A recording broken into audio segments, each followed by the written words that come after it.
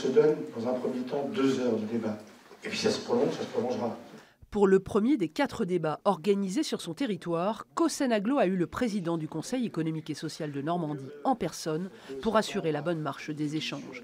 Un premier rendez-vous sous contrôle qui a attiré une centaine de personnes, dont une quinzaine de gilets jaunes. Vous en attendez quoi de ce débat? Pas grand-chose, on verra. Moi, je suis là pour que les enfants ils aient un avenir meilleur. Au menu de la soirée, les 4 thèmes proposés par le gouvernement. La salle est invitée à décider de l'ordre. À une large majorité, c'est la fiscalité et les dépenses publiques qui s'imposent. On a décidé de se priver de 3 milliards d'euros en supprimant l'ISF. Je trouve que c'est dommage de se priver de 3 milliards d'euros alors qu'on nous serine depuis 10 ans qu'on est à l'euro près. Je voudrais savoir pourquoi, pour augmenter les salaires, on se sert de la baisse des pensions de retraite. N'est-ce pas plutôt aux employeurs d'augmenter les salaires? Est-ce qu'il est possible aussi d'instaurer une taxe sur toute, mais je dis bien sur toute transaction financière? Au-delà de la fiscalité, l'assistance hier soir a été très critique sur le fonctionnement global de l'État.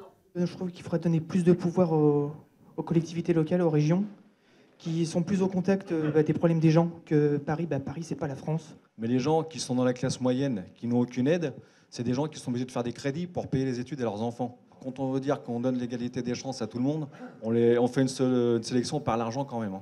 Au total, 3 heures d'échange retranscrits en temps réel pour alimenter l'action future des institutions. On n'est pas venu pour dire ce qu'on pensait. En revanche, la matière que l'on va recueillir aussi, nous allons nous en servir aussi dans nos prochains travaux, très prochainement sur les mobilités, très bientôt sur l'accès à la santé. Mais à l'issue du débat, les avis sont partagés. Moi, je pars du principe que le problème social, c'est parti des gilets jaunes à cause d'un problème de pouvoir d'achat. Là, on est en train d'enterrer ce débat-là. Et moi, j'ai l'impression que le gouvernement, il est en train de noyer le poisson. C'est-à-dire, on va discuter pendant 2 mois. Maintenant, je souhaite que le gouvernement prenne des solutions. Parce que si vraiment ces 2 mois à parler pour rien dire, je pense que la colère va être pire. Je suis beaucoup les débats à la télévision, je m'y intéresse, je lis les journaux et il y a des choses qui me paraissent un peu affolantes qui sont dites.